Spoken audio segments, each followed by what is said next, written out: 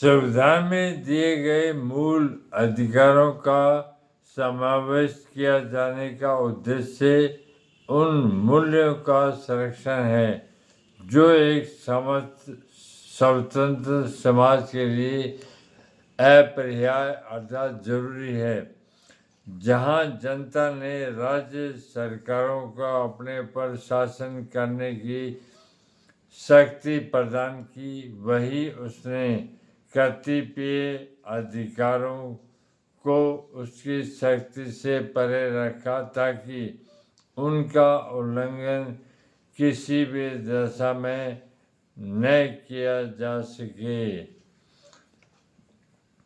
विधानमंडल में बहुमत प्राप्त होने पर भी सरकार उन मूल अधिकारों का अतिक्रमण नहीं कर सकती।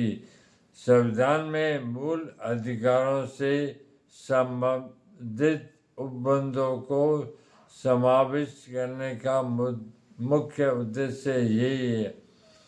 न्यायाधीश जैक्सन ने West Virginia state board of education बनाम वार्नेट के मामले में बिल ऑफ राइट्स के संविधान में समाविष्ट किए जाने के उद्देश्यों के बारे में अपना मत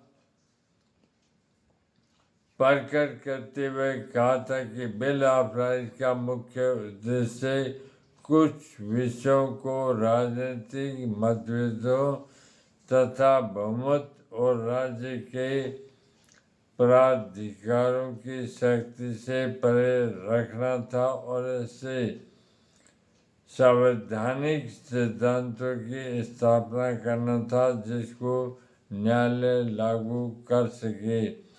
संविधान में इन उपबंधों के रखने का मुख्य उद्देश्य था सरकार की विधायी और कार्यपालिकी शक्तियों पर निर्बंधन करना, जिससे इन अधिकारों का किसी भी तरह उल्लंघन या अतिक्रमण न किया जा सके।